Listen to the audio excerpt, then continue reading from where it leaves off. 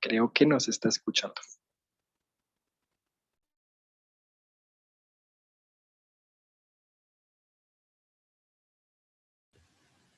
Toca iniciar nuevamente.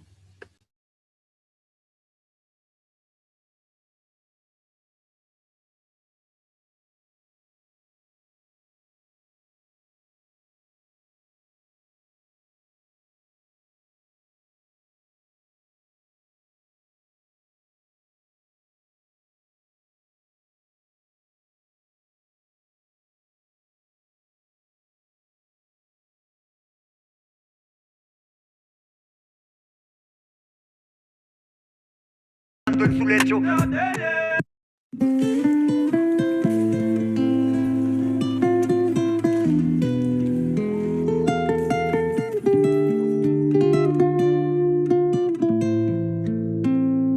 les quito el sombrero a esta generación de obreros que sin miedo va al combate.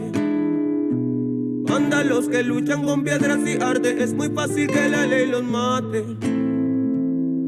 Me enseñaron que un guerrero entre la vida y muerte siempre se debate. Salí de mi casa por un sueño, de momento pum, mi corazón ya no late. En nombre de todas las víctimas soñadoras, Dios los perdone si existe.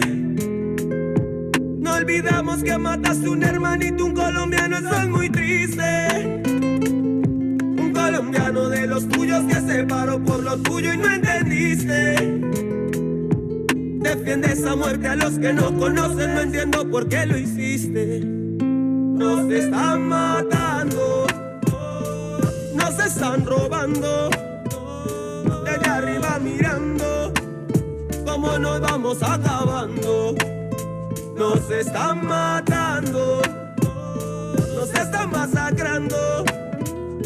Desde arriba mandando, los míos nos están tirando. La primera línea sacrifica vidas por nuestros derechos, igual que la minga indígena mártires poniendo el pecho. Y así no censuren y los medios tergiversen los hechos, el mundo ya sabe quiénes son los criminales al acecho. Soy la voz de un país insatisfecho que reclama por los desaparecidos a lo mal hecho. Porque un pobre mata a un pobre y lo trata como un desecho, y el que ordena y envenena está descansando en su lecho. Nos siguen cogiendo de flechos, la guerra es un negocio y le sacan mucho provecho. Mi canción es una roca que lanza un rebelde arrecho. Por hablar puedo terminar en un cajón estrecho. La mayoría no te quiere en el poder, no respondes con violencia, nos callas con violencia. Cuando cero es más tenemos que perder, vos no tenés inteligencia, mucho menos conciencia. Mi Colombia está cansada, envenenada, ya no hay temor a nada. Luchador en la suya morirá, y si es mañana que embarrada. Nos están matando, nos están robando. Desde arriba mirando, cómo nos vamos acabando. Nos están matando, nos están masacrando. Desde arriba mandando, los míos nos están tirando. Nos están matando.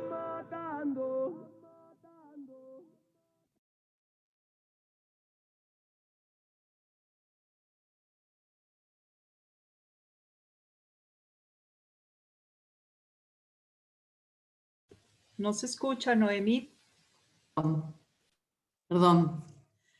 Bueno, vuelvo nuevamente a saludar. Buenas tardes o buenas noches a todos los que están acompañándonos desde Colombia, desde la Argentina y de otros países de América Latina posiblemente también. Iremos viendo en el transcurso de esta actividad a través de los comentarios o las preguntas que surjan, desde dónde están acompañándonos para participar. Yo soy Noemí Sosa, soy parte del EATIP, Equipo Argentino de Trabajo e Investigación Psicosocial. Somos una organización que desde hace muchos años trabajamos en los temas de salud mental y derechos humanos aquí en Buenos Aires, Argentina, y también somos parte también de una red latinoamericana de centros de salud mental y derechos humanos.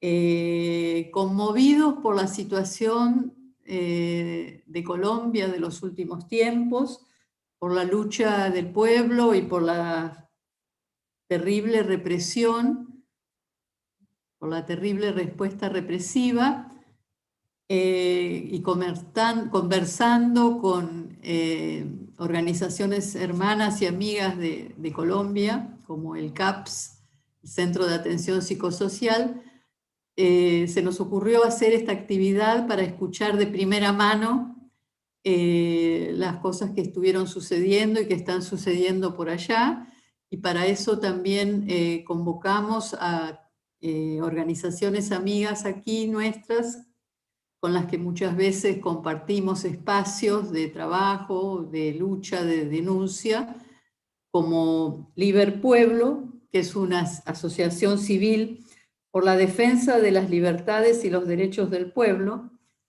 que es una organización de hombres y mujeres de distintas disciplinas y también trabajadores y estudiantes comprometidos en la defensa de los derechos humanos y también en la lucha contra la impunidad de ayer y de hoy aquí en la Argentina. Y también con el capítulo de derechos humanos y emergencias de salud mental, derechos humanos y emergencias sociales de la Asociación de Psiquiatras Argentinos. Este capítulo dentro de la Asociación de Psiquiatras está compuesto por profesionales psiquiatras y psicólogos que se reúnen con el objeto de comprender y articular las problemáticas de salud mental y derechos humanos en el campo profesional, desde la doble perspectiva de la práctica a partir de una mirada psicosocial y clínica y de las implicancias profesionales de una ética inserta en los códigos de valores dados por la pertenencia social. En este sentido, quienes conforman el capítulo analizan e intervienen sobre las situaciones traumáticas de origen social y su incidencia en la subjetividad. Así que entre estas tres organizaciones, grupos, a menudo compartimos espacios tanto de reflexión como de tareas. Entonces invitamos a través de Ángela Ospina del Centro de Atención Psicosocial CAPS de Colombia a la organización de este conversatorio, y desde allá nos propusieron la participación del CAPS y también de otras organizaciones como el MOCAO, que es el Movimiento de Resistencia contra las Agresiones Oculares del ESMAD. No sé bien qué es el ESMAD, pero calculo que es una organización policial, ¿no? Sí. Otra organización que son las Proceso de las Comunidades Negras, y otra organización que es las Víctimas de la Brutalidad Policíaca, ¿no? Tengo entendido que de esas organizaciones son las personas que nos van a contar de primera mano justamente hoy sus experiencias y las experiencias de lo que están viviendo el pueblo de Colombia. Estamos muy contentos de poder hacer esta actividad porque significa para nosotros la expresión de poner en acción la solidaridad con los distintos pueblos y las circunstancias que están viviendo en estos momentos tan movidos en América Latina, y bueno, poder compartir, escuchar y saber y que ellos puedan sentir también que estamos atentos a las necesidades y a la colaboración solidaria en la medida de lo posible. Así que bueno, agradeciendo desde ya a los que van a participar, los voy a ir presentando a medida que hablen ellos, y ellos se van a darles alguna idea también sobre de qué se trata la organización o el grupo del cual provienen. En primer lugar, quiero darle la palabra a Ángela Ospina, del CAPS, Centro de Atención Psicosocial. Así que Ángela, con mucho gusto te escuchamos. Gracias, Noemí. Bueno, saludamos, agradecemos la solidaridad con el pueblo de Colombia y sus luchas, de los compañeros y compañeras de AETI, del equipo argentino de trabajo e investigación psicosocial, de Liberpueblo y de la Asociación de Psiquiatras Argentinos y su capítulo en Buenos Aires, de ASPA. Realmente es muy importante para nosotros, para nosotras en Colombia, recibir esta solidaridad, poder visibilizar, poder denunciar toda esta grave situación de violación de derechos humanos que vivimos, no solo en el marco del paro nacional, sino en el país históricamente. Agradecemos también que hayan aceptado organizaciones nacionales participar en este conversatorio, el Movimiento en Resistencia contra las Agresiones Oculares, MOCAO, Agresiones Oculares del ESMAD, que efectivamente es un organismo de la Policía Nacional. ASHE, que es un proceso de base de comunidades negras en el suroccidente del país. Aquí nos acompaña Alejandra, de Mocao nos acompaña Cristian y Sebastián. Y tenemos dos testimonios de Laura y Ángela, quienes sufrieron directamente la violación de sus derechos humanos, pero no se sienten emocionalmente preparadas para poder participar de un conversatorio, pero sí nos mandaron su testimonio. Entonces vamos a pasar los testimonios de ellas. Les agradecemos también pues nos hayan aportado al conversatorio su testimonio y su situación. Cada uno va a hacer presentación de su organización, yo solo las señalé, pero queremos también contarles que CAPS es una organización especializada en la atención psicosocial a las víctimas del conflicto sociopolítico colombiano en Colombia. Nos hemos centrado en la atención de las víctimas, pero también de defensores y defensoras de derechos humanos, líderes y lideresas sociales. Ese proceso de atención psicosocial que realizamos, lo hacemos desde una perspectiva individual, médica y psicológica, colectiva y terapéutica. Y también tenemos espacios de formación y capacitación hacia comunidades en diferentes regiones del país, para que comunidades atiendan sus propias comunidades en el marco de la atención psicosocial y en el marco del conflicto sociopolítico colombiano. Vamos a centrar un poco nuestra exposición, nuestro conversatorio en lo que estamos viviendo del estallido social que inicia el 19 de abril de este año, teniendo presente que es un continuo de las luchas sociales y populares que se vienen desarrollando en Colombia desde el 2013 y el paro nacional del 2019.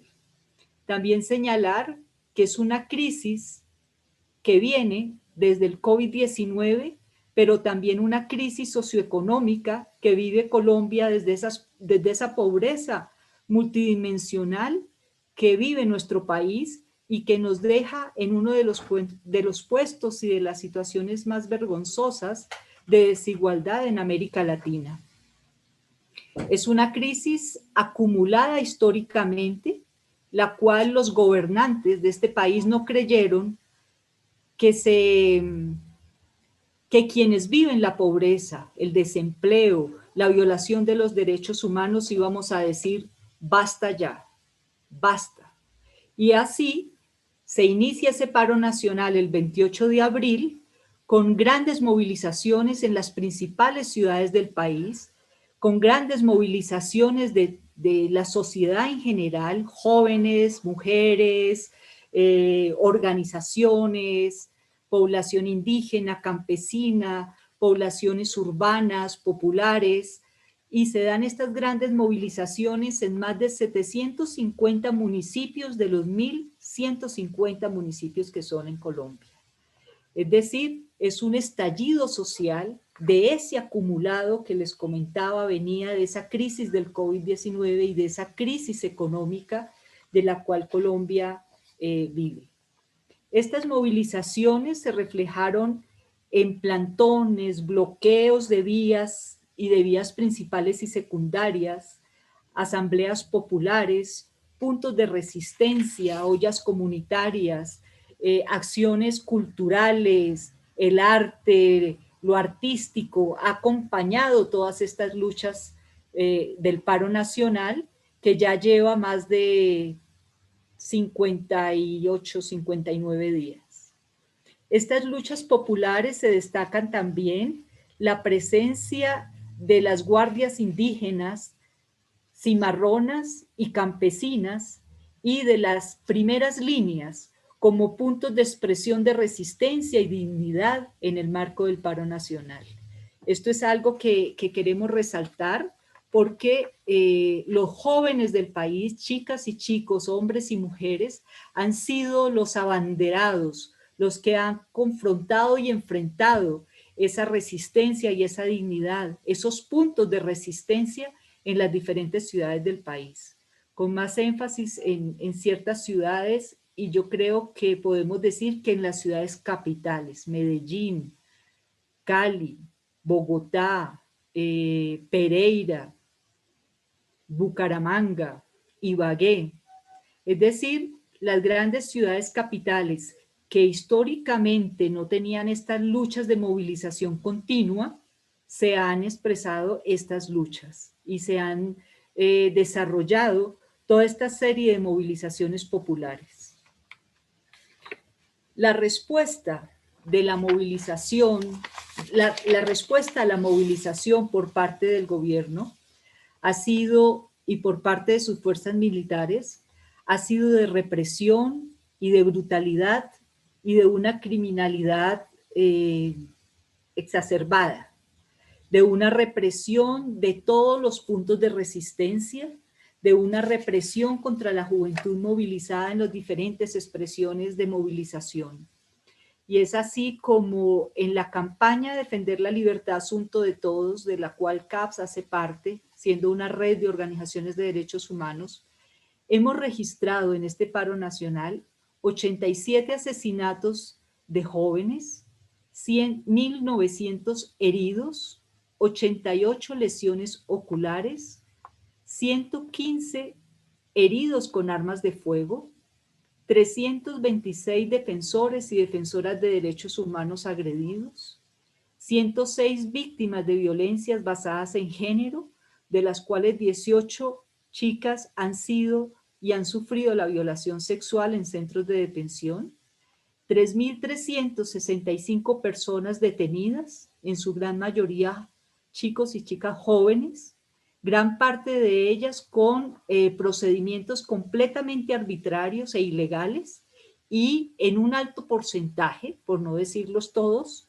han sufrido la tortura, los tratos crueles, inhumanos y degradantes. 1.603 casos de denuncia de abuso de poder de la Policía Nacional. Esta ha sido la respuesta del gobierno colombiano a la movilización social. Ha cerrado todos los espacios de diálogo, ha estigmatizado directamente a todas las personas jóvenes y adultos, a todas las expresiones de movilización, las ha estigmatizado como expresiones de vandalismo, de terrorismo, de anarquía, contra el país, es decir, ha sido una estigmatización permanente. Y esa estigmatización ha llevado a una sistemática violación de los derechos humanos en el marco del paro, que se propone reprimir la protesta, generar terror y miedo como método de control social. Hemos también, en el marco de nuestro trabajo, digamos, ya como centro de atención psicosocial, que venimos recibiendo una serie de chicos y chicas para la atención afectados directos por la violación de derechos humanos, chicos que están saliendo de las cárceles, chicos que han sido golpeados y torturados, chicos que han sufrido su estrellamiento ocular.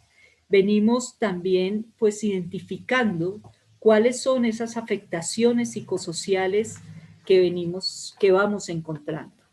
Y vemos el miedo y el psicoterror de la población, la crisis emocional, la rabia, la cólera, la impotencia, la angustia y la ansiedad, procesos de duelo individuales y colectivos que no han permitido elaborarlos, la tristeza, la depresión. Hemos tratado trastornos del sueño, ideación suicida, pérdida de confianza en la idea de justicia, afectaciones del tejido social, familiar y comunitario. La impunidad no permite la elaboración del trauma colectivo y afectaciones a la dignidad de las víctimas como sujetos de derecho. Esto es lo que hemos encontrado en nuestro trabajo en un momento de atención en situaciones de emergencia y crisis que estamos viviendo. Señalar también y reiterar que la respuesta del Estado no es solo contra la población movilizada, sino también contra las cifras e informaciones de los movimientos de derechos humanos, del movimiento y el mundo de los derechos humanos. Hemos realizado un trabajo, digamos, muy juicioso en la sistematización de la información. Diferentes redes, diferentes organizaciones nos hemos aglutinado para hacer el seguimiento y la sistematización de esta información, y el gobierno niega esta información. Eso ha traído también la necesidad de presionar visitas internacionales como la CIDH, que estuvo en Colombia haciendo un seguimiento a la situación de violación de derechos humanos. Sacó un informe, una carta de informe y una rueda de prensa que fue rechazada también por el gobierno colombiano, el informe de la CIDH. Recibimos también 3 delegaciones internacionales, entre esas 2 de Argentina, muy fuertes, muy potentes, de mucha solidaridad. Visitaron todas las ciudades y los puntos de resistencia y los puntos de movilización. El informe lo lanzaron el 20 de julio. Es un informe muy detallado de la violación de derechos humanos, son más o menos 450 hojas, donde reflejan el testimonio de las violaciones de derechos humanos. También hubo otras misiones de Asturias, también vinieron congresistas del gobierno argentino, del Parlamento argentino, a hacer una misión de verificación y de acompañamiento, pero todo esto ha sido negado por el gobierno colombiano. No acepta, no escucha, no abre espacios de diálogo, no abre espacios de concertación. Todo ha sido muy difícil, la verdad, en cuanto a derechos humanos y violación de derechos humanos. Pero también hay un lado importante, positivo, de movilización de la juventud de este país y de procesos de organización comunitaria, procesos de organizaciones nuevos desde lo cultural, desde las asambleas populares, donde están saliendo propuestas y propuestas de un cambio social en Colombia, propuestas elaboradas desde la base, desde estas asambleas populares, donde se plantea la necesidad de cambios estructurales en Colombia. Esperamos que se siga trabajando estas propuestas, que sigan estas asambleas populares, que se sigan elaborando y siguiendo muchos de estos procesos organizativos, y vamos a ver en qué va a terminar este paro nacional que inició el 28 de abril y tiene una continuidad que la verdad nos sorprendió a todos, nos sorprendió a nosotros mismos participantes del paro. Creíamos que iba a ser un paro más corto, unas movilizaciones más cortas, pero eso ha dado unas dinámicas muy interesantes de participación social. Entonces yo dejo ahí para las preguntas, para las inquietudes y bueno, avanzamos con las otras presentaciones. Noemí, tu micrófono. Muchas gracias, Ángela. Te hemos escuchado con mucha atención. Antes de seguir, les quería, por un lado, presentar que por parte de Liberpueblo está Fernando Almeyún y por parte del capítulo de APSA está Flor Mourinho y también del parte de LEATIP está Mariana Lagos con nosotros. Por otro lado, les quería decir que ustedes tienen la posibilidad en el canal de YouTube donde están viendo esta transmisión de hacer los comentarios y preguntas que quieran al respecto de lo que vamos escuchando. Vamos a dejarlas después para verlas al final de las presentaciones, donde vamos a dar lugar a las respuestas y explicaciones o comentarios de nuestros invitados de hoy. Pero por favor, escriban y anoten ahí todo lo que quieran hacerle llegar o las preguntas que quieran hacerle. Vamos a darle ahora el lugar a Sebastián Vanegas y Cristian Zárate, que son ambos de la organización MOCAO, y nos van a contar ellos desde su organización cómo es la experiencia que tienen en Colombia en este momento. Bueno, bienvenidos. Bueno, buenas tardes a todas y todas las personas que nos acompañan. Somos MOCAO, Movimiento en Resistencia contra las Agresiones Oculares del SMAT. Y en primera medida saludamos a todos y cada uno de los procesos que hacen presencia desde sus territorios, desde sus formas de lucha, desde sus formas de organización. MOCAO nace del encuentro de varias víctimas de trauma ocular en diferentes contextos de protesta social, en diferentes años. MOCAO es una propuesta organizativa para luchar por la vida, para luchar por la protección de la vida, para luchar también por la memoria. A nosotros nos parece muy importante haber llegado o estar consolidando este movimiento, puesto que nos hace más fuertes, en primer lugar, nos reconocemos en las afectaciones que han sufrido los y las manifestantes. ¿Por qué esto?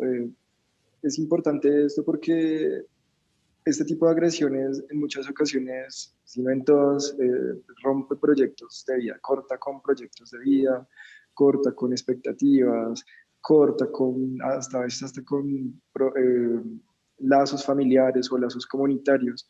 Entonces, para nosotros ha sido importante encontrarnos, unirnos, juntarnos como movimiento en resistencia, como víctimas en resistencia, precisamente porque nos da fuerza, nos une y porque podemos visibilizar otras afectaciones oculares y otro tipo de afectaciones por parte del SMAT. El SMAT es el Escuadrón Móvil Antidisturbios aquí en Colombia, con un largo prontuario desde su creación. Eso por ahora. Continúa, Cristi.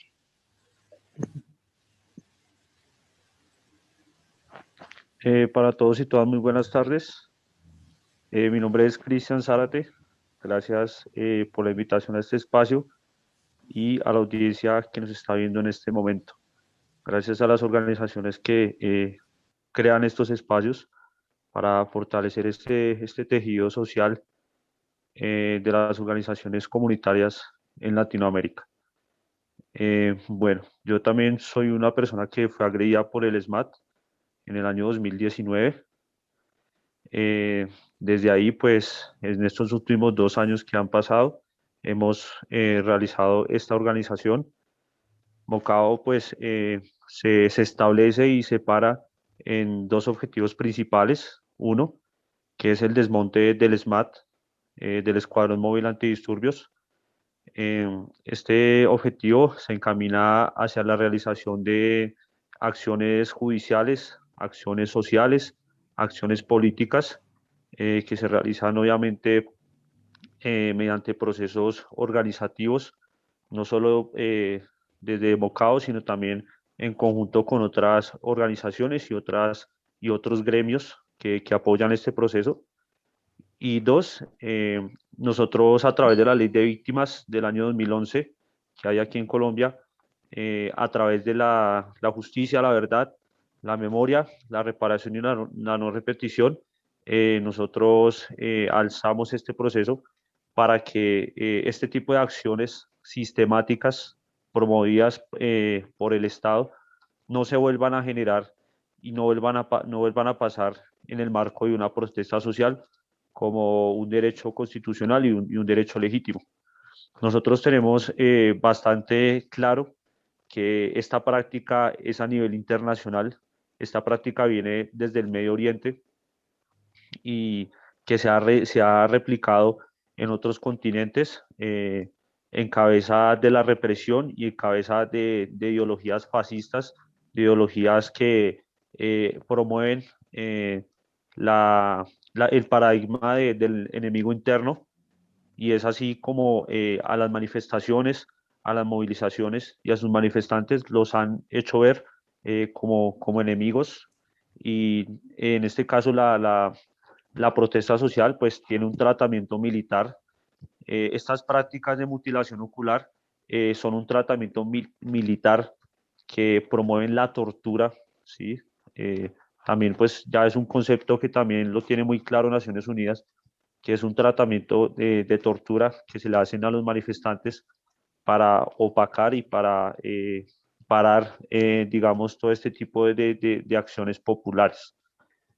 Nosotros pues llevamos un proceso bastante encaminado eh, con otras organizaciones, no solo aquí en Colombia, sino a nivel internacional, ya que pues aquí en Colombia hace poco se realizó una asamblea nacional en donde se recogió pues una iniciativa muy importante que se basa en un encuentro internacional de organizaciones de derechos humanos, y MOCAO pertenece pues a una comisión de relaciones internacionales en donde nosotros pues hacemos el contacto con otras organizaciones de trauma ocular, como en este caso la organización de Chile, Ojos de Chile, y la Coordinadora de Víctimas de Trauma Ocular de Chile. Estamos intentando también organizarnos con una organización de Cataluña, que pues también ha tenido este tipo de procesos y este tipo de afectaciones.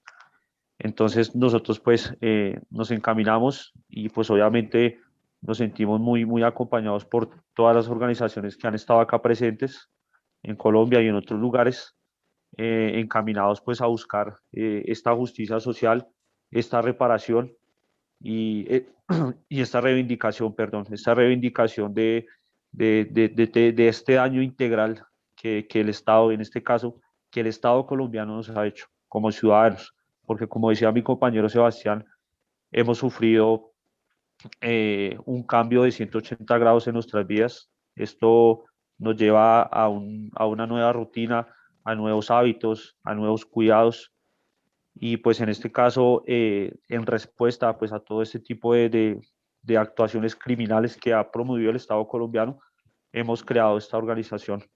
Y pues ya en este momento ya hay más de 20, 30 compañeros que han sufrido estas agresiones, que se han organizado con nosotros y que ellos están dispuestos obviamente también a alzar su voz y a organizarse para llevar a cabo esta reivindicación que tanto estamos anhelando, que pues está encaminada en los dos objetivos de desmontar este escuadrón de la muerte, como lo llamamos aquí en Colombia, que no solamente mutila, sino que también viola, asesina, persigue.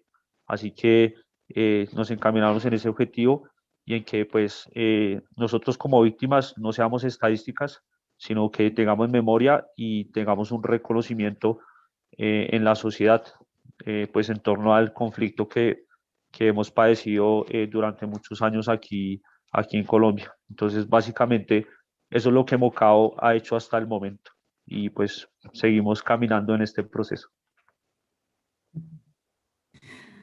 Bueno, muchas gracias Sebastián y Cristian, realmente muy importante el testimonio en primera persona de estos hechos tan graves que estamos viendo en estos tiempos, ¿no?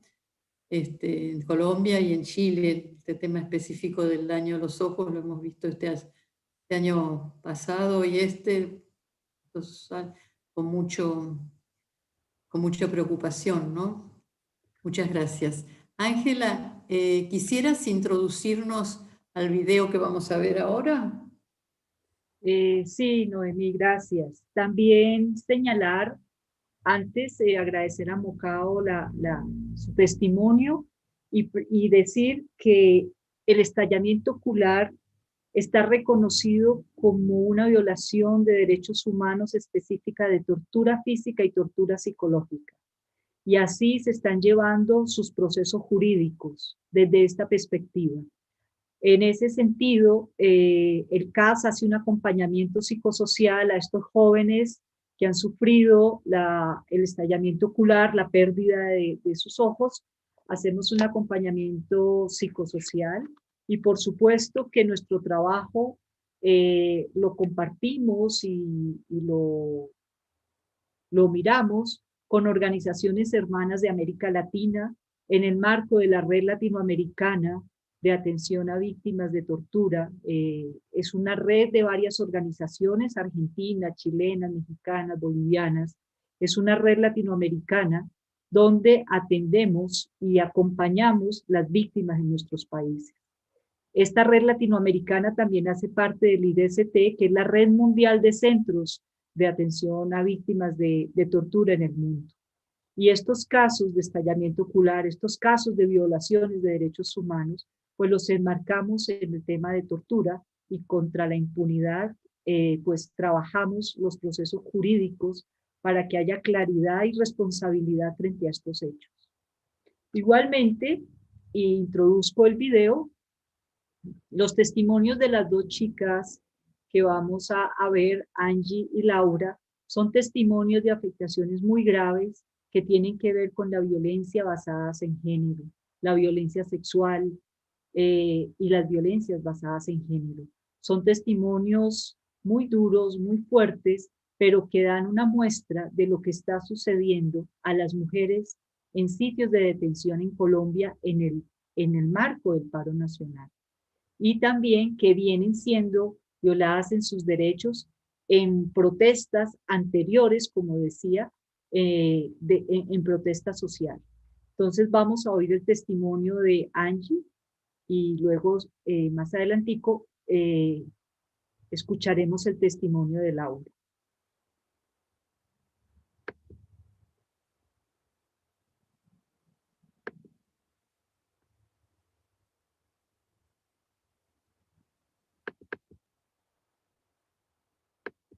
Soy Ángela Cifuentes. Fue un caso de falsos positivos judiciales el 28 de abril de este año, del presente año, 2021. Tengo que decir que la experiencia en su totalidad ha sido una experiencia traumatizante, torturante, que abusa de absolutamente todos los ímpetus como persona, y como mujer, porque desde el momento en que ellos llegaron a mi casa, que llegaron a las 6:15 de la mañana, nunca dieron razones del por qué, me dieron mis cargos, pero nunca me dijeron por qué yo estaba siendo detenida. Una acción directa no la hicieron. Yo soy víctima de abuso sexual de pequeña. Me dijeron que me tenía que vestir. Entró una patrullera conmigo. Por muchas razones. No me siento bien con mi cuerpo, ni mucho menos que un extraño me mire. Y ella tenía que estar presente mientras yo me desnudaba y me vestía.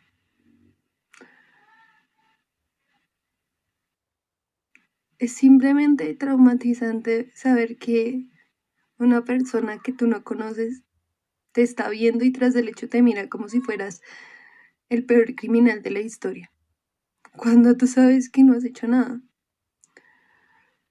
En el transcurso habían coqueteos, habían comentarios de parte de policías diciéndome como,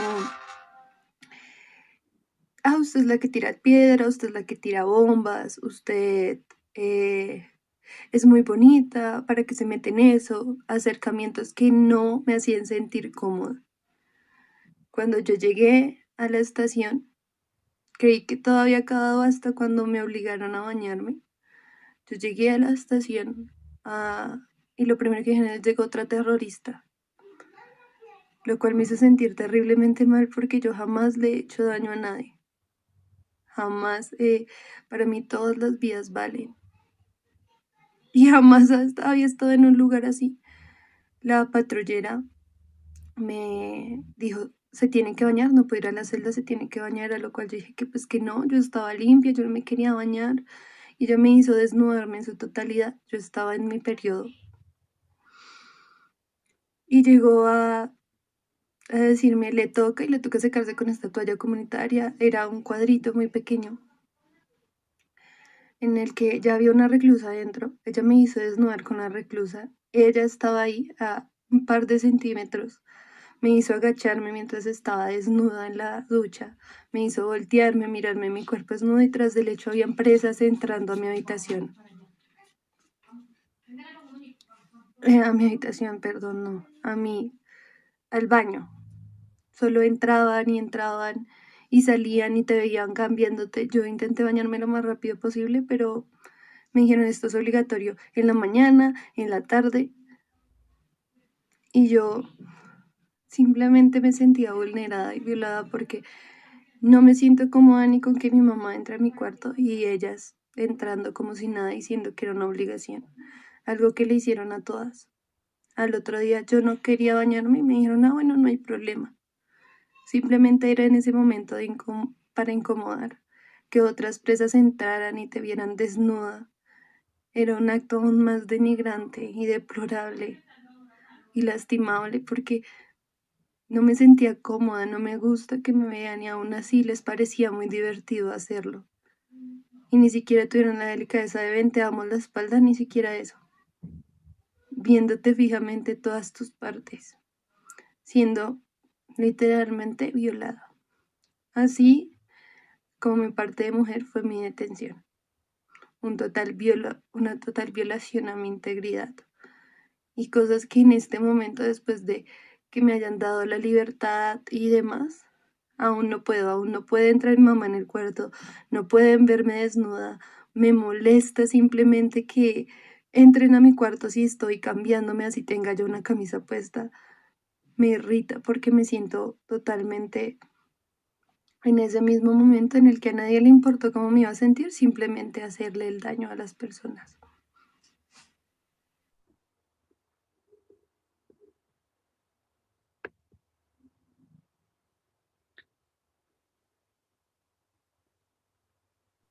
Muchas gracias, Ángela, por este video. Muy impactante para todos, supongo.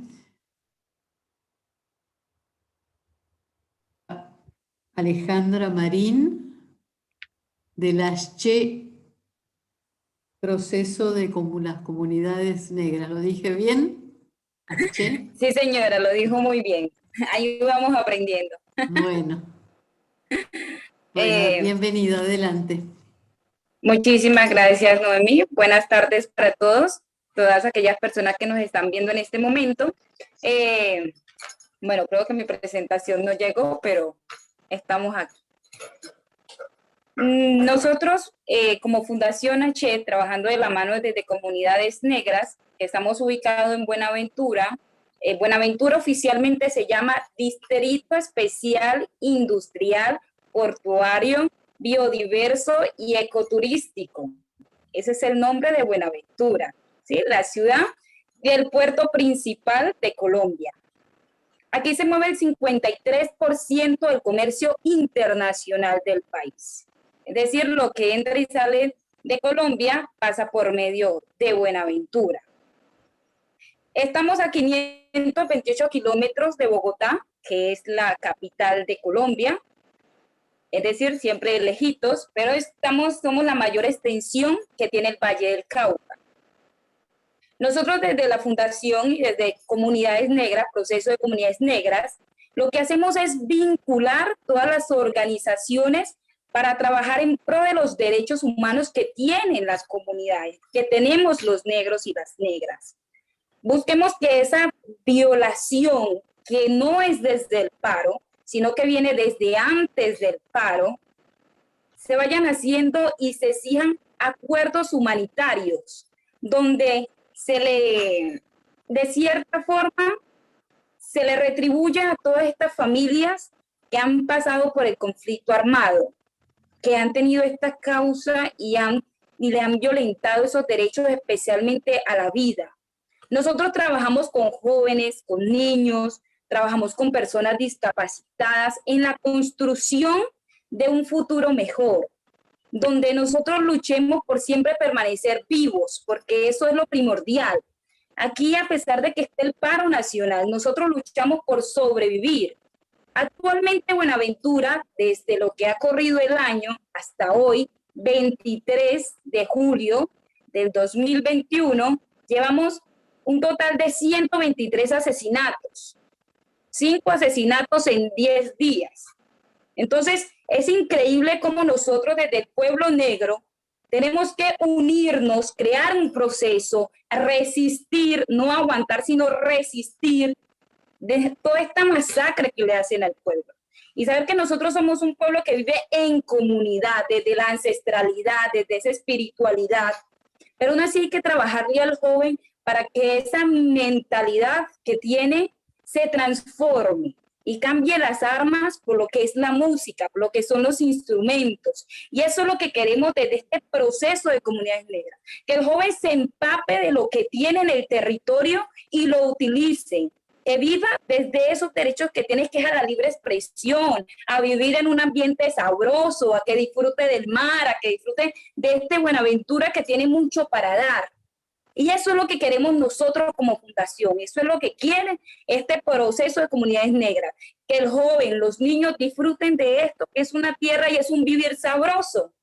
Queremos ya darle un alto a las masacres, a los asesinatos, a las desapariciones, a las mutilaciones, a que aparezcan nuestros muertos. Y por eso es que nosotros como negros luchamos porque nuestros derechos no sean más violentados. Porque en ese construir de paso a paso como comunidad y especialmente comunidad negra, cada día contribuyamos un poquito a la paz, porque nosotros no venimos teniendo asesinatos desde el paro nacional, sino desde mucho antes de lo que es el paro nacional. Entonces queremos que nuestras voces también se levanten y digan no más, porque tenemos un derecho a la vida y queremos ese derecho a la vida antes que nada. Queremos que este puerto, que no es solamente puerto, sino que también es ciudad, viva como una ciudad. Que los niños salgan a la calle y puedan disfrutar de las calles. Eso es lo que queremos y eso es lo que queremos construir día a día. Por eso estamos unidos en una alianza, la cual nosotros podamos construir un mañana mejor. Así sea desde el baile, desde la música, desde las velatones, desde los plantones, pero que nuestra voz se escuche porque queremos vivir.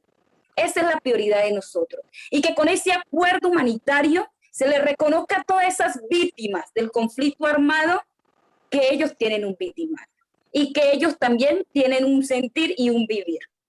Eso es lo que queremos construir desde PCN y desde H.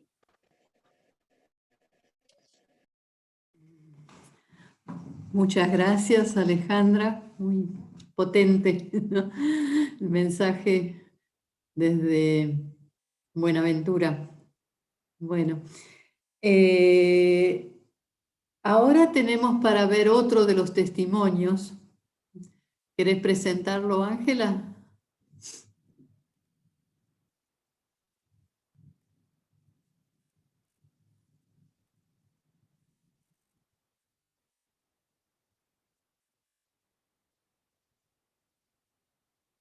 Me llamo Laura Valentina Rubio y en Colombia la tortura sí existe. El 1 de junio del año pasado, 2020, me encontraba con 10 personas en Molinos. Estábamos realizando un plantón pacífico, pero ya habíamos dejado de bloquear las vías. Llegó la policía y nos capturó. Simplemente estábamos sentados en una esquina. A mí fue lo primero que capturaron. Me pusieron taser en el trayecto a la patrulla. Era bastante largo. Finalmente me tiraron boca abajo causándome bastante dolor y cerraron la puerta. Yo no sabía que para ese momento tenía un mes de embarazo. Por la noche le comenté al médico forense de mis sospechas de embarazo. pero finalmente no pasó nada. Estando dentro de la patrulla nos colocaron gases lacrimógenos y estábamos hacinados, lo que realmente nos causó bastante dolor, bastante asfixia, pues la patrulla tenía capacidad para 6 personas y nos habían metido allí a 11 personas. El 6 de febrero nació mi hija con grandes afectaciones cardíacas debido al taser que me pusieron en ese momento. Y el día 28 de abril a las 6 de la mañana llegó la policía a mi casa a capturarme y a realizar un allanamiento por los supuestos delitos de concierto para delinquir y terrorismo. Eran más o menos unos 24 policías. A la hora de vestirnos para que me llevaran al Lauri de Puente Aranda, la policía no nos permitió ni a mi madre ni a mí tener privacidad. Nos obligaron a desvestirnos y a vestirnos frente a ellos. Y a mí ni siquiera me permitieron ponerme la ropa que yo quería, sino que la policía tomó de las cuerdas la ropa que le pareció y me hicieron vestir así. Una vez en la URI de Puente Aranda, tanto a las 4 chicas que también capturaron ese día, como a mí, nos obligaron a desnudarnos y a bañarnos frente a la policía que estaba de guardia en ese momento, porque según ella no nos permitían ingresar a las celdas sin habernos bañado y desnudado. Luego hablando con mi psicólogo y demás personas, me di cuenta de que sí era tortura lo que estaba pasando y que no era obligatorio desnudarme y bañarme frente a ellos. En Colombia la tortura sí existe y nos están matando.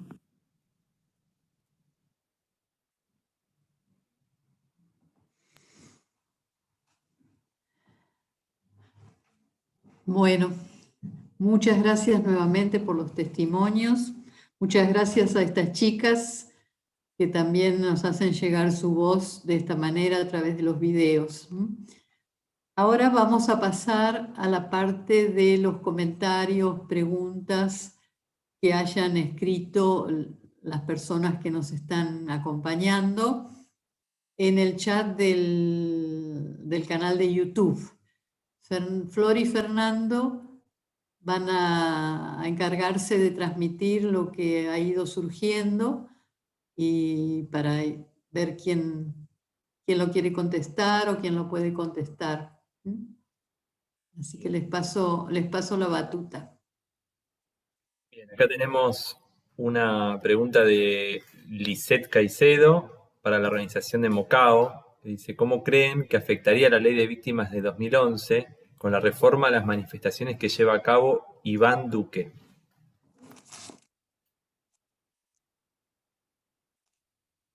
¿Quién quiere responder? Sebastián o Cristian.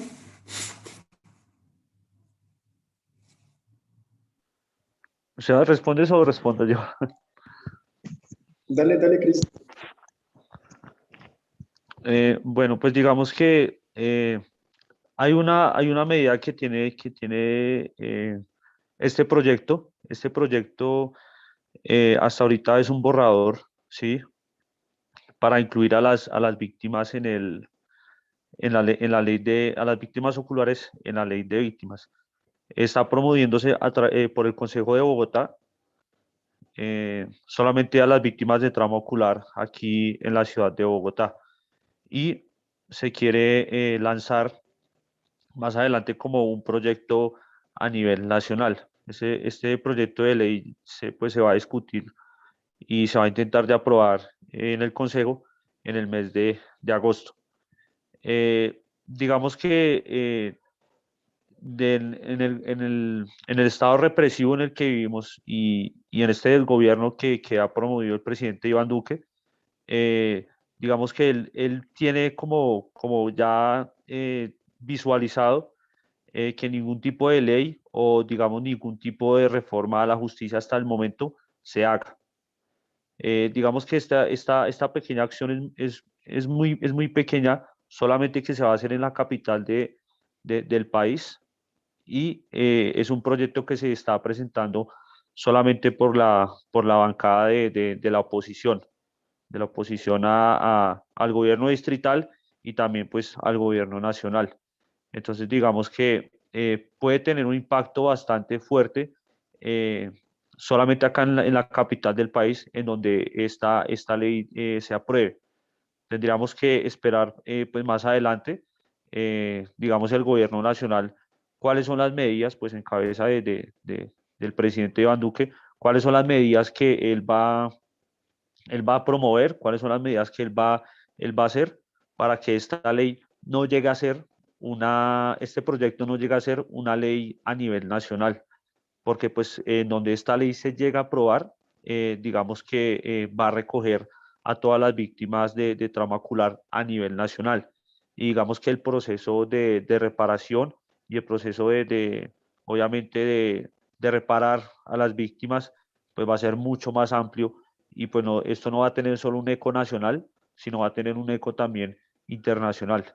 Entonces yo creo que se va a manejar a la misma medida de cómo pues lo ha hecho este gobierno con las demás tutelas que se han puesto, con las visitas internacionales de la CIDH. Van a hacer todo lo posible por trancar y por mediar que este tipo de acciones no sean fluidas, ¿sí? Porque pues un ejemplo, el informe que puso, en este caso la CIDH, en este momento lo tienen congelado y pues desgraciadamente ese informe lo tiene pues una persona que es un ultrafascista, es una persona que ha promovido prácticamente el nazismo acá en Colombia, que se llama Alejandro Ordóñez, que es el comisionado de este gobierno ante la CIDH. Entonces, pues ellos tienen absolutamente todos los mecanismos y todo el poder pues, para evitar que este tipo de proyectos se promuevan. Hasta ahora es una práctica y es un proyecto piloto y que pues nosotros como personas que buscamos esta reparación y la sociedad que nos está apoyando, pues esperamos que aquí, por lo menos en Bogotá, este proyecto de ley pueda ser aprobado y tenga fuerza más adelante para que sea una ley a nivel nacional. Yo quisiera añadir ahí un comentario. Bueno.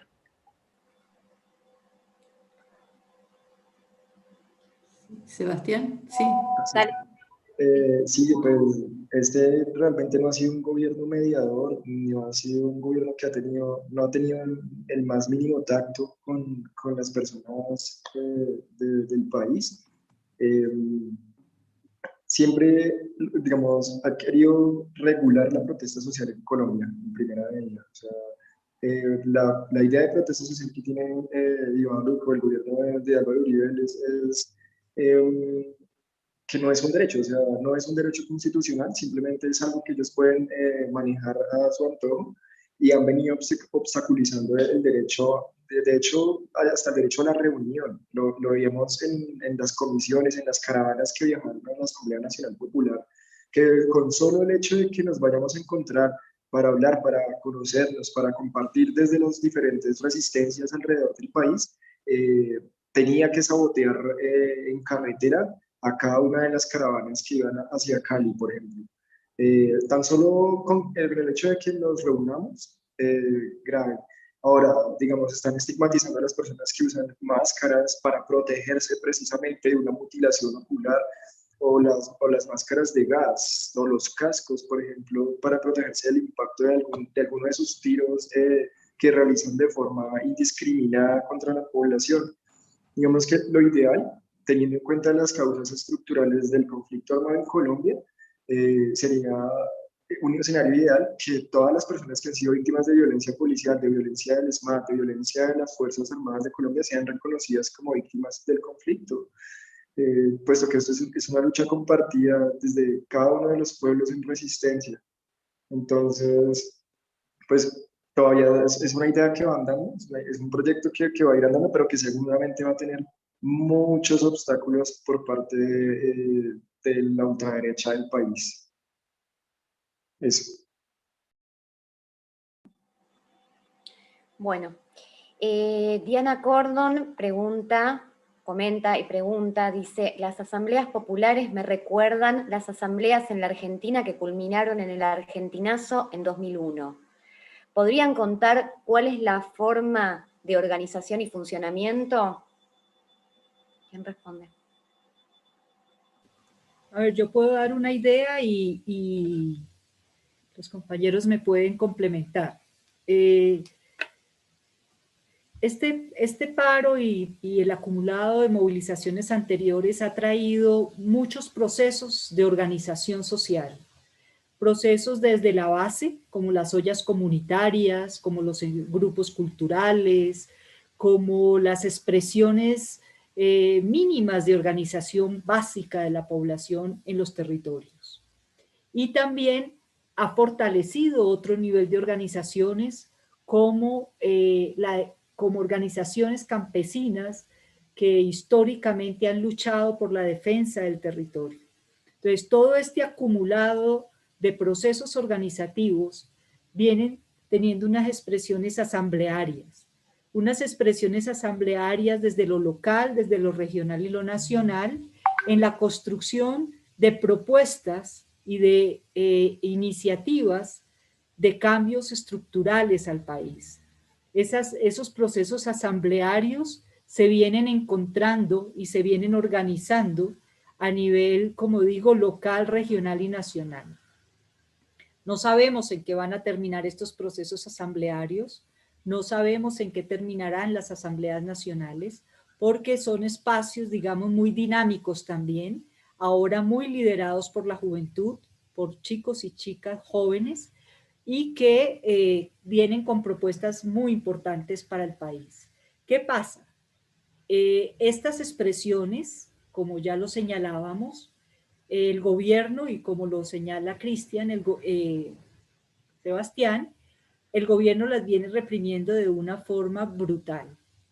El 17, 18 y 19 se hizo una Asamblea Nacional Popular en Cali, donde se convocaron un gran número de jóvenes, chicos y chicas a esta asamblea de los diferentes espacios organizativos del país y fueron reprimidos en las carreteras.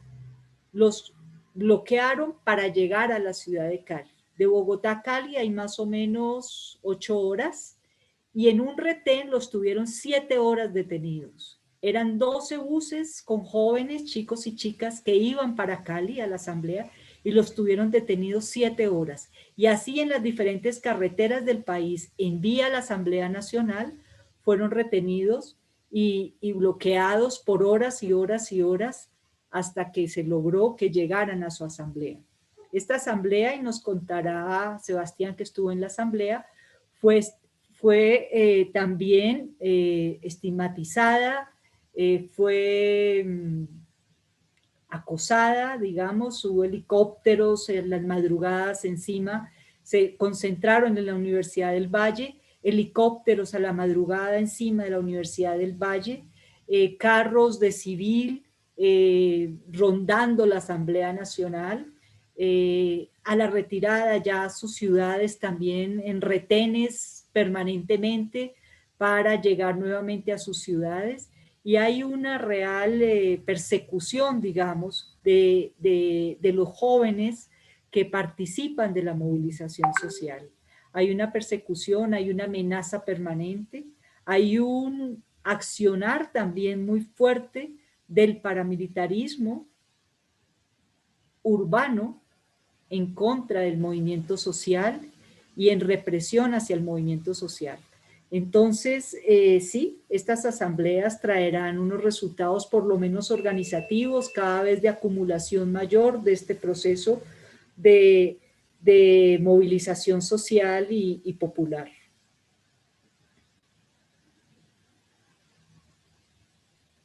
Quizá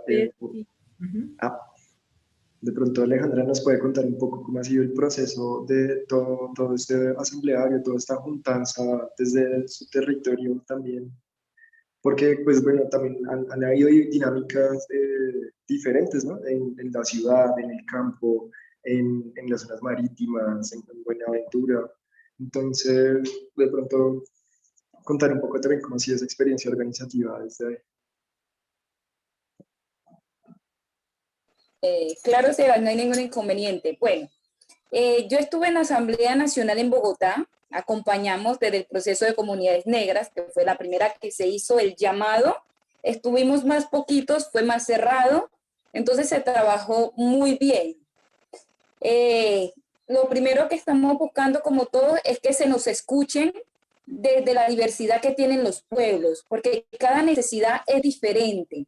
Eso es lo que llevamos a las diferentes mesas, la mesa de derechos humanos, la mesa de metodología. Eso es lo que queremos, construir desde esas necesidades, que se arme todo un derrotero de lo que se quiere, de ese paso a paso de lo que cada organización desea para su comunidad y especialmente para su territorio.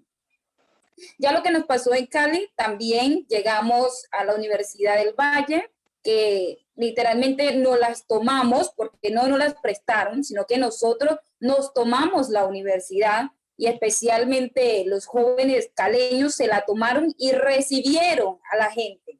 Y nos recibían con las manos abiertas, es decir, nos avisaban de que esta universidad está tomada, entonces recuerden que aquí en cualquier momento se puede meter el ESMAD, se puede meter la policía, hay que estar atentos, hay que estar pendientes porque en cualquier momento podemos salir corriendo.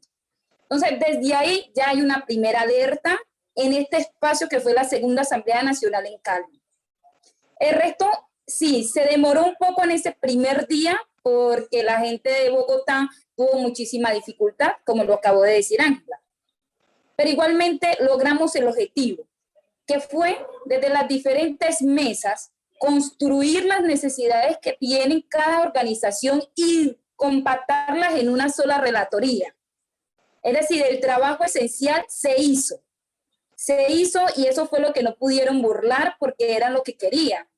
Pero igualmente se trabajó en el único día que tuvimos, porque cuando estábamos en la presentación de estas relatorías generales de las diferentes mesas, pues encontraron 2 personas infiltradas. Entonces, debido a eso, pues los jóvenes también se alertaron y se paró esa parte en la asamblea. Pero igualmente el objetivo esencial de la asamblea se logró y se pudo, a pesar de toda la burla, se logró realizarla de forma satisfactoria, ¿sí? Y la verdad, la construcción de los documentos por mesa es muy detallada porque cada uno lleva sus ideales según sus organizaciones. Entonces, yo como negra, como pueblo negro, llevo mis ideales. Igualmente el campesino lleva sus ideales. Y en esas diferentes mesas tenemos que empezar a tejer todos esos ideales. Es decir, aquí tenemos que hacer una unión como negra, como afro, como indígena, para construir lo que es un solo documento en el cual estén las necesidades conjuntas de todos. Y eso es lo que se busca en la asamblea, que esas necesidades se vuelvan una sola para que el gobierno o el Estado o el que quiera nos responda ante esas necesidades. Por eso estamos en la lucha con las asambleas y por eso el pueblo negro se vinculó a ser parte de esta fuerte organización de construir un documento en el cual nos puedan escuchar. Bien, bueno, en relación un poco a lo que están comentando recién, hay una pregunta también de Silvina Beckerman, que dice que si podrían comentar un poco más sobre cómo se fue conformando la organización del paro y cómo se viene dando esa continuidad que contaba Ángela, que incluso los sorprende a ustedes mismos, ¿no?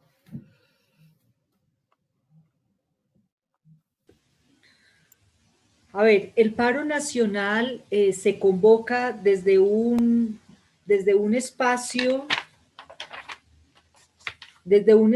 de Comité Nacional de Paro, que está conformado por los diferentes sectores sociales, sindicales, populares, de mujeres, afros, indígenas.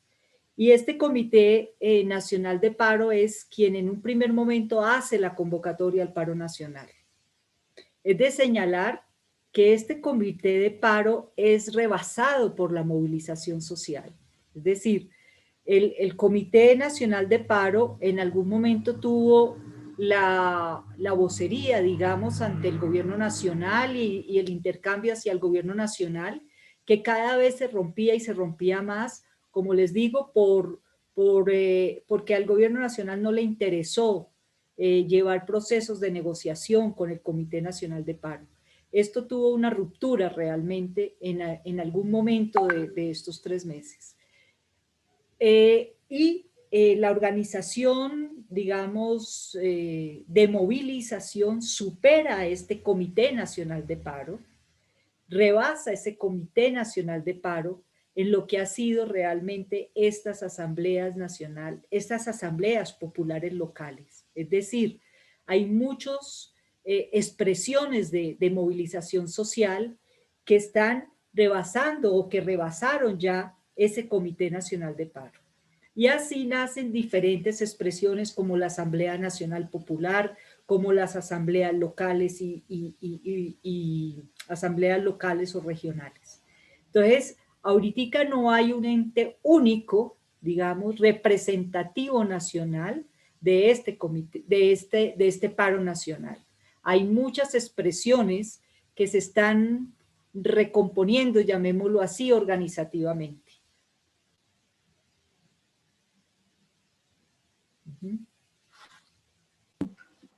Bueno, tenemos otra pregunta de Beatriz Abraham, que pregunta a Ángela, le pregunta cómo organizan la asistencia en salud mental a las víctimas y si interviene algún otro sector además del de salud.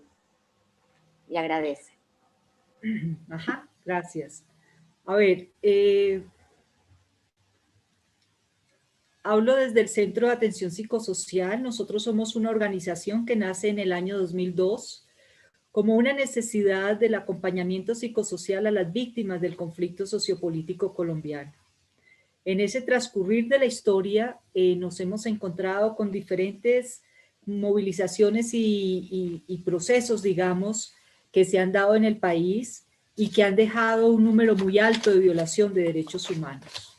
El paro nacional es uno de ellos y estas personas que han sido afectadas en su violación de derechos humanos, que han sido afectadas en su emocionalidad y físicamente, llega a nuestro centro referenciado por las organizaciones de derechos humanos, fundamentalmente. Es decir, las personas que son afectadas son asistidas, digamos, por organizaciones de derechos humanos que tienen que llevan los procesos jurídicos de defensa a los que están detenidos para su libertad, procesos jurídicos para su libertad, o personas que han sido violadas en sus derechos en busca de verdad, justicia y contra la impunidad. Entonces, estas organizaciones de derechos humanos referencian a estas víctimas, a estos chicos, chicas, a nuestro centro para la atención psicosocial. Entonces van llegando referenciados y en el CAPS tenemos un equipo de profesionales para su atención médica, para su atención psicológica, para su atención terapéutica, tanto individual como grupal. Tenemos un enfoque psicosocial para ello, tenemos un enfoque desde una perspectiva holística y bioenergética, tenemos un enfoque probado, llamémoslo así, con toda nuestra experiencia y años de trabajo, y abordamos pues al mayor número de chicos y chicas. Siempre nos quedamos cortos a la magnitud del problema, pero tratamos de darle una salida de atención a los jóvenes que han sido más altamente vulnerados. Hemos priorizado los casos de estallamiento ocular, hemos priorizado las violencias basadas en género y violencia sexual, y hemos priorizado las personas que han sido torturadas en centros de reclusión. Esas son una prioridad, sin dejar de lado pues otras afectaciones que también atendemos, pero priorizamos estas violaciones de derechos humanos.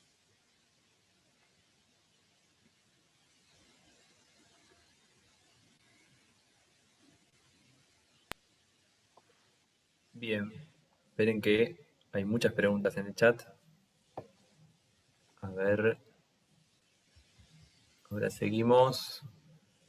Corregime, Flor, acá si seguimos con Lisette, ¿no? Estábamos ahí descoordinando las preguntas.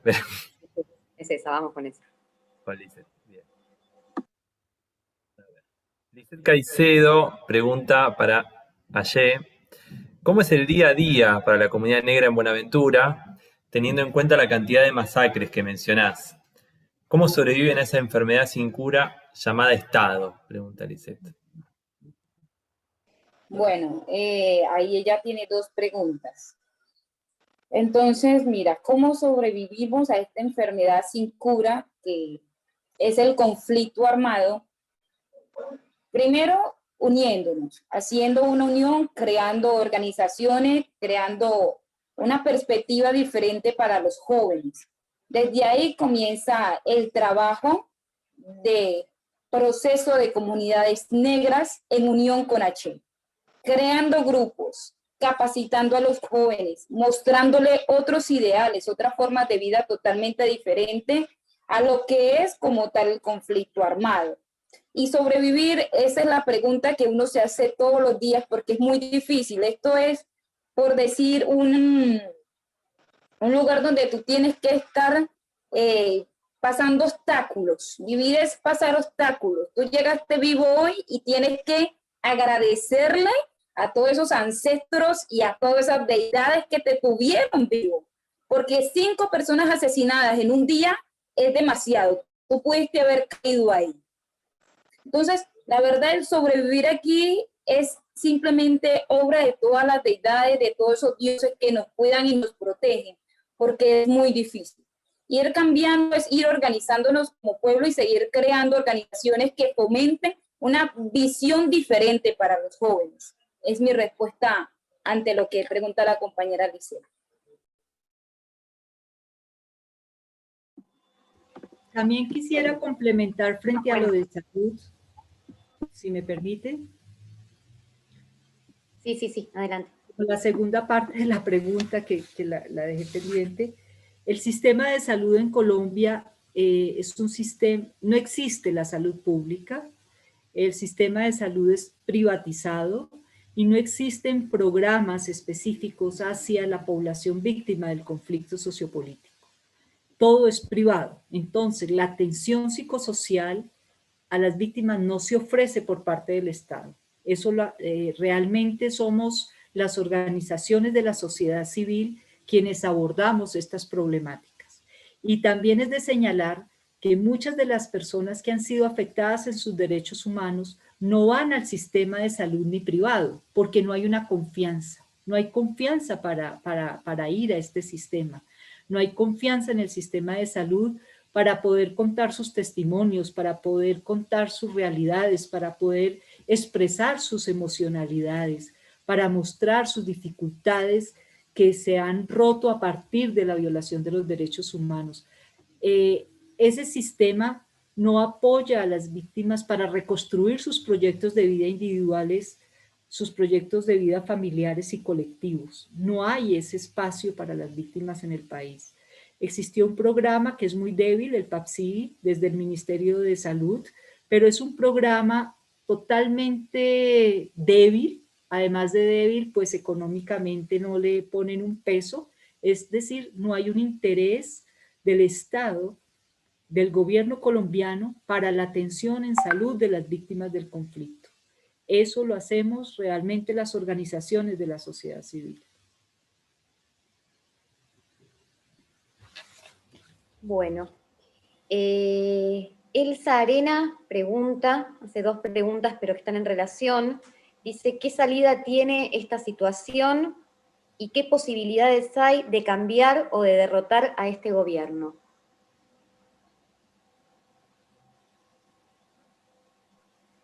Ahí me ofrezco para responder. Complementando, es que la pregunta está relacionada con también cómo nace, ¿sí? Cómo nace este estallido, cómo nace esta juntanza para llegar a procesos asamblearios por barrios, por localidades, por ciudades y hasta por regiones, a nivel nacional. Tiene mucha importancia, por ejemplo, el hecho de crear una olla comunitaria, crear un espacio para la juntanza y para compartir el alimento. Eso en Colombia, las ollas comunitarias en Colombia y en el marco de este paro cobró mucha fuerza, pero también el Estado, a eso el Estado le parece subversivo. Al Estado le parece subversivo que compartamos el alimento en medio de una crisis, digamos, económica, ¿cierto? En medio de unos altos índices de desempleo. La gente estaba pasando necesidades, así la gente sigue pasando necesidades, sigue estando sin comer. Y los procesos de resistencia en las diferentes ciudades, en las diferentes regiones, son esos, son un proceso de encontrémonos, por lo menos vamos a comer, si no hay en la casa, si no hay en los hogares, vamos a reunirnos para compartir un alimento. Y esto el Estado le parece subversivo.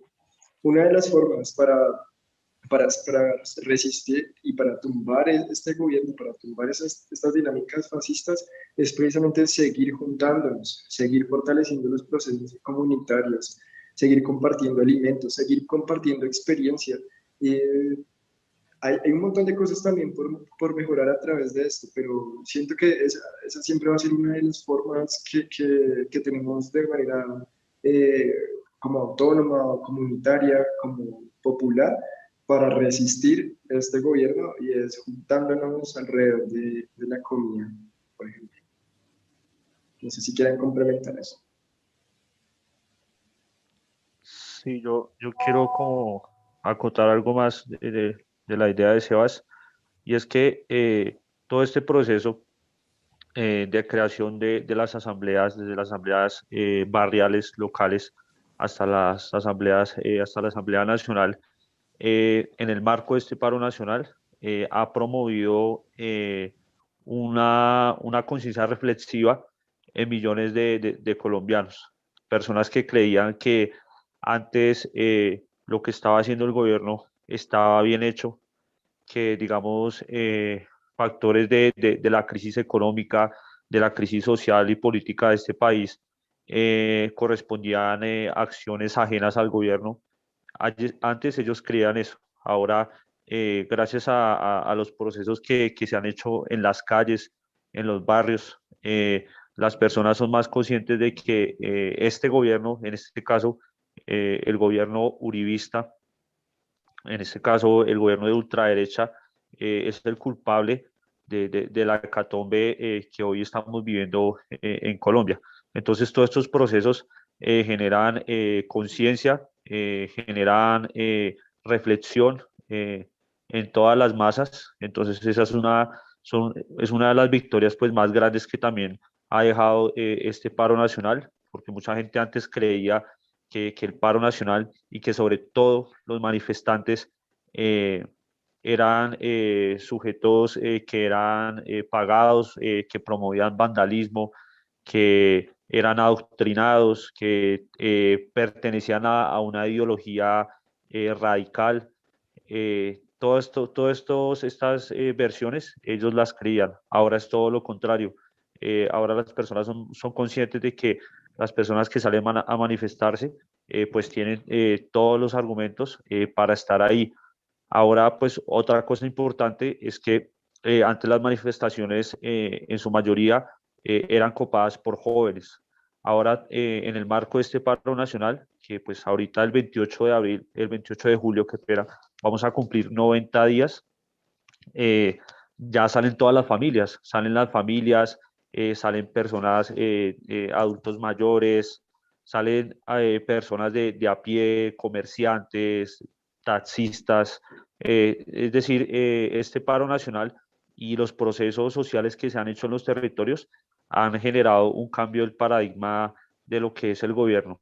Entonces, es una victoria muy importante que ha dejado este paro nacional, y que pues nosotros como colombianos esperamos que, digamos, esta conciencia que se está generando a nivel nacional se pueda repercutir en las elecciones del próximo año, que es como ya lo que todos estamos esperando, las elecciones del próximo año, que es donde ahí realmente vamos a vencer democráticamente a este desgobierno y a todas estas acciones criminales y fascistas que ha hecho pues en los últimos 5 años, 4 años el presidente Iván Duque. Entonces, pues ya el último recurso que va a quedar son las elecciones populares, y es donde masivamente la gente pues va a votar por nuevos liderazgos, se va a renovar el Congreso de la República, va a llegar un gobierno alternativo, y esa es como la misión que se tiene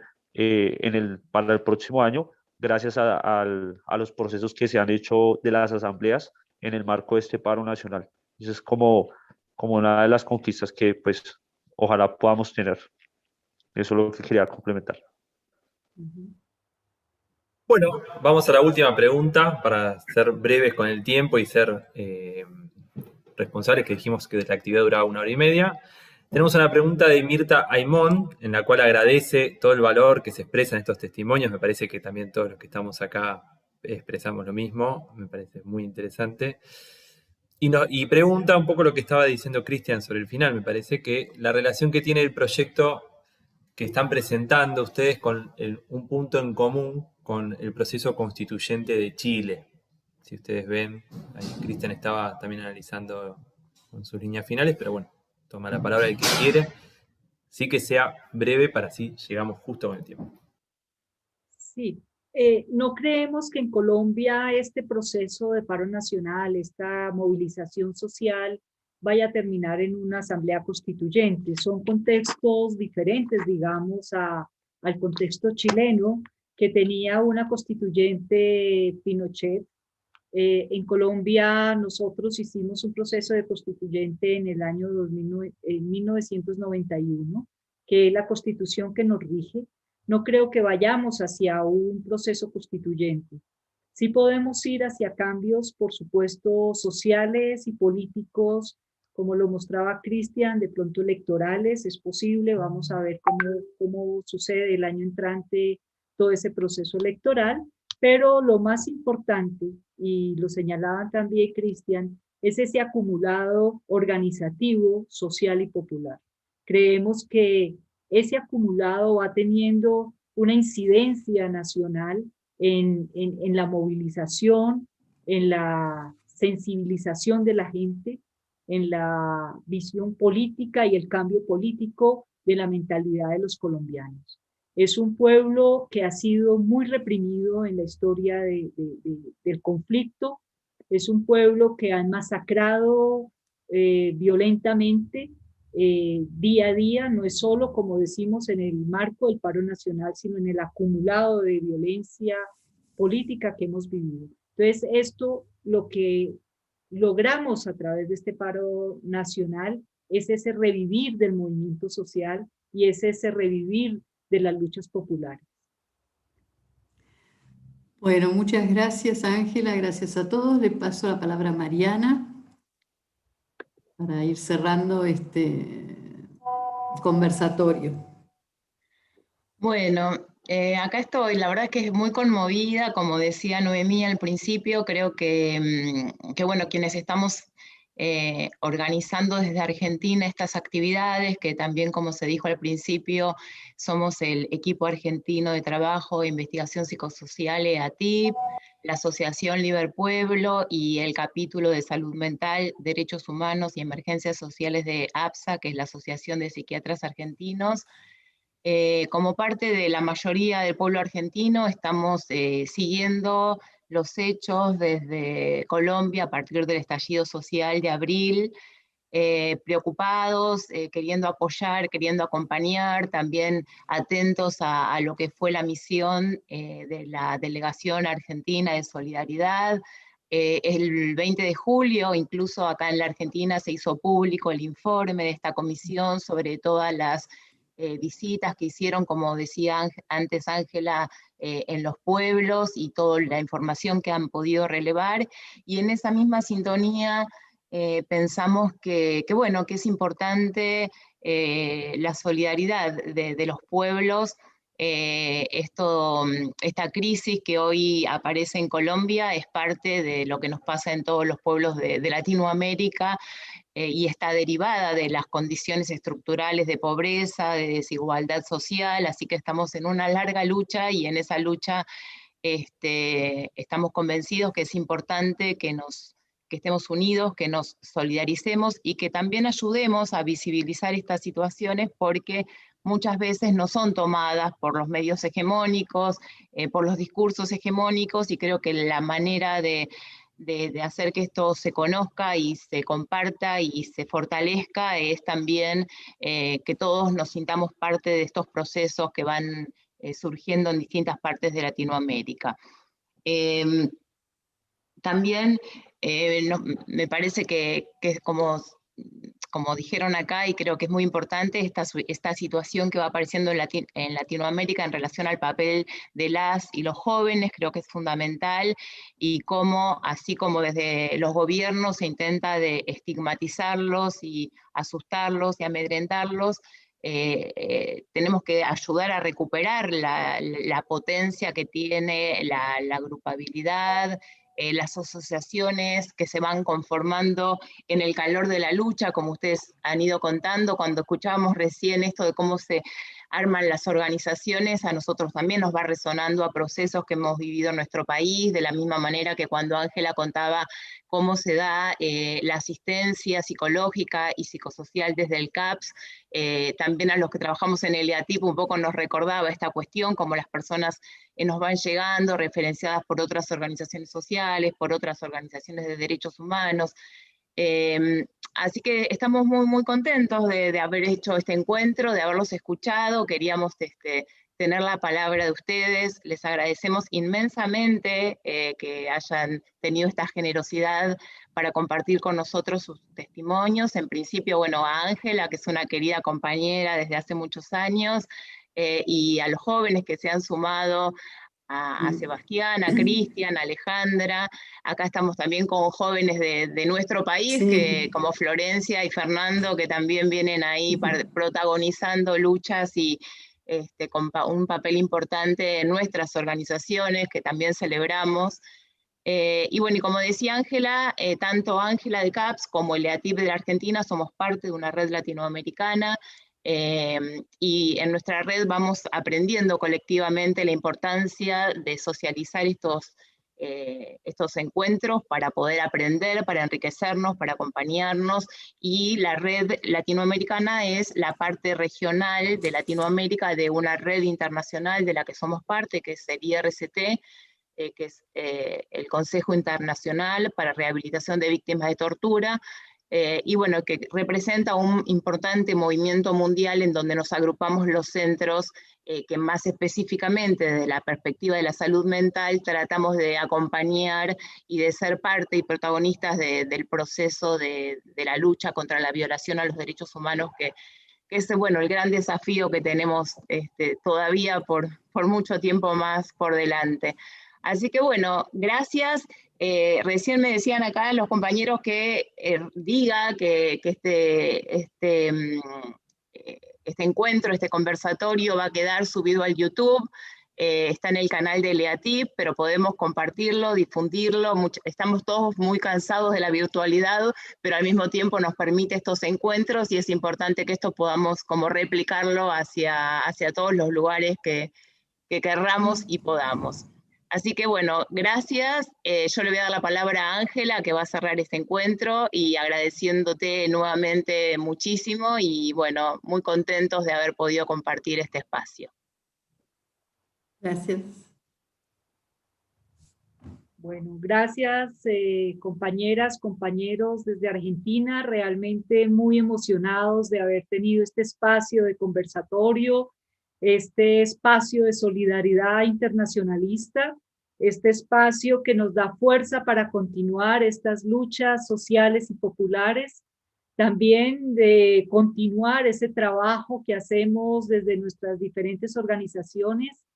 Y bueno, solo decir un abrazo fuerte, seguimos en la lucha y en la resistencia y nos seguimos encontrando. Igual estamos con toda la solidaridad de las luchas argentinas.